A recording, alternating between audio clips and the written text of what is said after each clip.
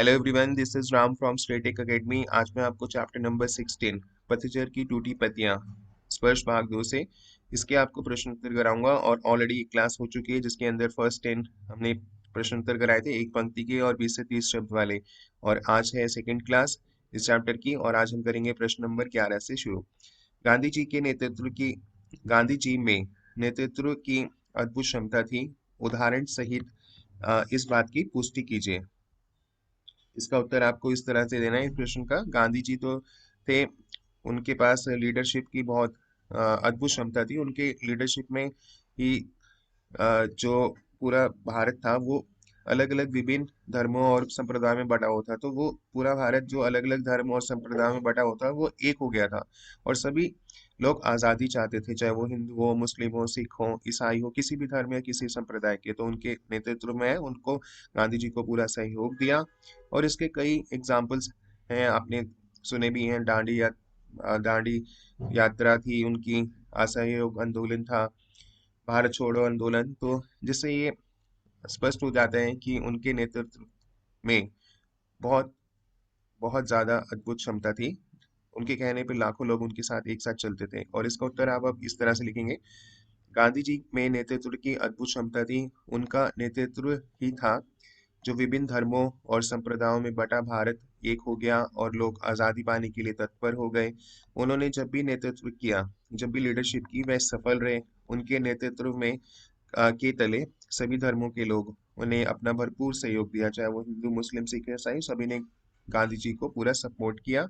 और ऐसे कई उदाहरण हैं, ऐसे अनेक उदाहरण हमारे सामने विद्यमान हैं जब उन्होंने अपने सफल नेतृत्व का उदाहरण दिया है। जैसे कि दांडी मार्च, दांडी यात्रा, दांडी मार्च एक ही आंदोलन, एक ऐसा ही आंदोलन है, इसकी सफलता को भुलाया भी नहीं जा सकता, सभी जानते हैं। और उसके अलावा भारत छोड़ो आंदोलन, सत्याग्रह तथा असहयोग आंदोलन उनके अद्भुत नेतृत्व को दर्शाते हैं। और इसी क्षमता के बल पर उन्होंने अपनी इसी क्षमता, अपने इसी टैलेंट के बल पर उन्होंने अहिंसा के मार्ग पर चलकर, गांधी जी अहिंसा के मार्ग पर चलते थे, हम सभी जानते हैं। और इसी मार्ग पर चलकर उन्होंने पूर्ण स्वराज्य की स्थापना की। तो इसका उत्तर इस तरह से है। अब आते हैं प्रश्न 12। आपके विचार में आपके विचार से कौन कौन से ऐसे मूल्य हैं जो शाश्वत हैं? वर्तमान समय में इन मूल्यों की प्रासंगिकता स्पष्ट कीजिए। और इसका उत्तर आपको देना है। आज के टाइम पर ईमानदारी, सत्य, अहिंसा, परोपकार, पराहित, अ, कावरता, सहिष्णुता आदि ऐसे शाश्वत मूल्य हैं जिनकी प्रासंगिकता आज भी है। आज भी ऐसा, आज चाहे मॉडर्न टाइम आ गया है, कितनी भी तरक्की हो गई है, पर ऐसा नहीं है कि ईमानदारी खत्म हो गई हो, सत्य, अहिंसा, परोपकार, ये सभी गुण जो है वो खत्म हो गए हो। पर आज भी इनकी वैल्यू है। आज भी इनकी आज भी उतनी ही जरूरत है जितनी पहले थी। आज के समय में सत्य और अहिंसा का होना बहुत ही आवश्यक है, अत्यंत आवश्यक है। और ये हमारे सिद्धांत होने चाहिए हमारे जीवन में, हमें हमें अपने जीवन में इन्हें अपनाना चाहिए। इन्हीं मूल्यों पर संसार नैतिक आचरण करता है। यदि हम आज भी परोपकार, जीवन दया, ईमानदारी के मार्ग पर चलें, पर अब लोग ज्यादा इस पे चलते नहीं है, मूल्यों को मानते नहीं है, सिद्धांतों को अपनाते नहीं है। पर अगर हम ये सभी बातें माने और अपने जीवन में अपनाएं, परोपकार, जीवन दया, ईमानदारी के मार्ग पर चले, तो समाज को विघटन से बचाया जा सकता है। तो हमारा समाज कभी भी अलग नहीं होगा, हम सब मिलजुल कर रहेंगे। आप जानते हैं, इन बातों को अपने जीवन में जरूर अपनाएं। अब आते प्रश्न 13।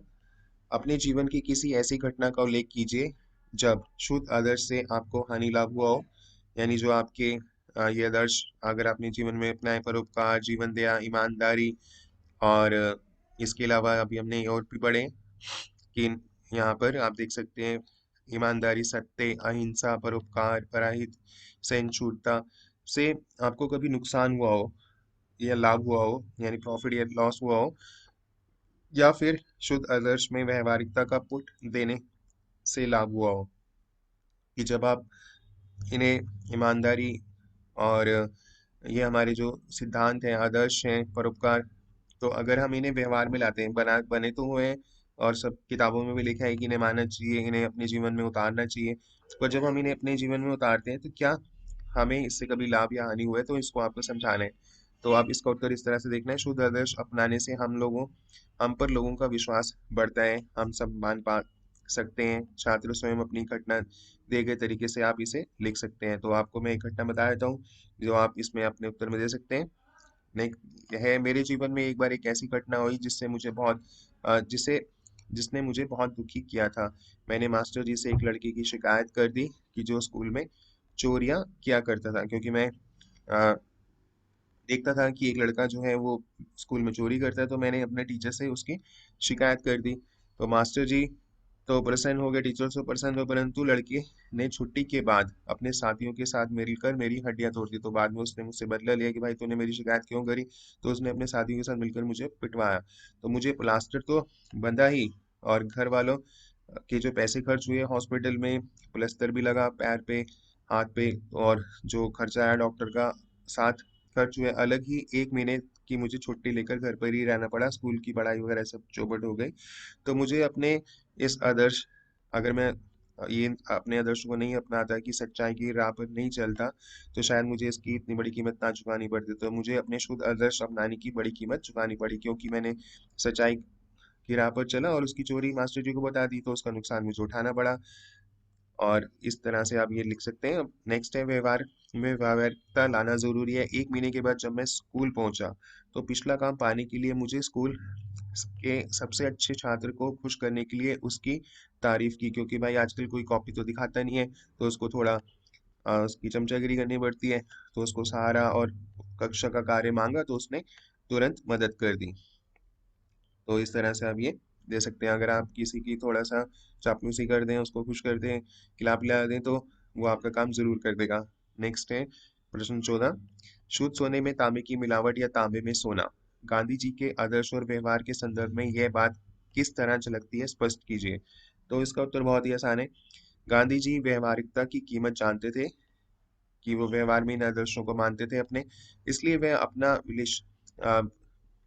विलक्षण आदर्श चला सके, लेकिन अपने आदर्शों को व्यवहारिकता के स्वर में उतारने नहीं देते थे। वह तांबे में सोना नहीं बल्कि सोने में अ, वह सोने में तांबा नहीं, सॉरी ये मैंने थोड़ा उल्टा बोला।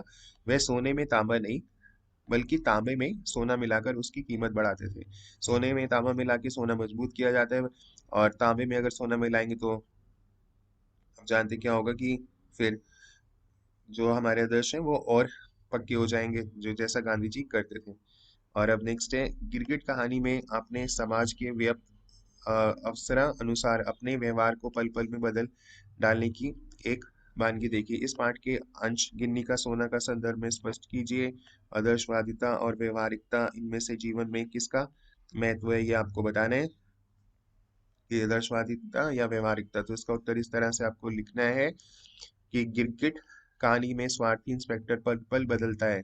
जो इंस्पेक्टर है वो काफी लालची है, वह अपने आदर्श बार बार बदल देता है, पल पल बदल देता है। वह अवसर के अनुसार अपना व्यवहार बदल लेता है, जब भी उसको भी मौका मिलता है तो वो अपने आदर्शों को तोड़ मरोड़ देता है। गिन्नी का सोना कहानी में भी इस बात पर बल दिया गया है कि आदर्श शुद्ध सोने के समान है।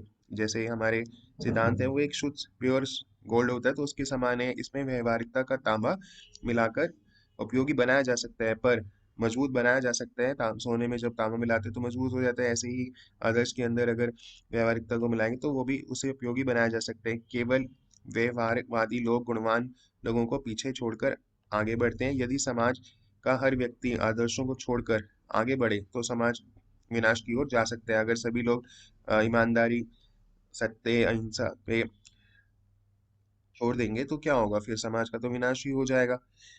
और समाज की उन्नति का सही मायने में नहीं होगी, और समाज की उन्नति तभी होगी सही मायने में, कह सकते हैं कि सही मायने में वही मानी जा सकती है समाज की उन्नति जहाँ नैतिकता का विकास हो और जीवन के मूल्य का विकास हो। तो इस तरह से आपको ये उत्तर देना है। अब आते हैं प्रश्न 16 पर। ये मैं आपको नेक्स्ट क्लास में कराऊंगा। 15 प्रश्न हो चुके हैं। तो आप आगे भी पढ़ना चाहते हैं तो हमारे चैनल को सब्सक्राइब करें, बेल आइकन को हिट करें, अपने फ्रेंड्स को हमारी वीडियोस शेयर करें, और कोई भी डाउट है किसी भी क्वेश्चन में कमेंट सेक्शन में ज़रूर बताएं। और हम एवरी मंडे और एवरी थर्सडे को, मंडे को हिंदी की वीडियोस और थर्सडे को कंप्यूटर की वीडियोस अपलोड करते हैं। तो चैनल को सब्सक्राइब ज़रूर करना और टर्न ऑन कर लेना नोटिफिकेशन का, ताकि नई वीडियो का नोटिफिकेशन आपको मिलता रहे। Bye and have a good day.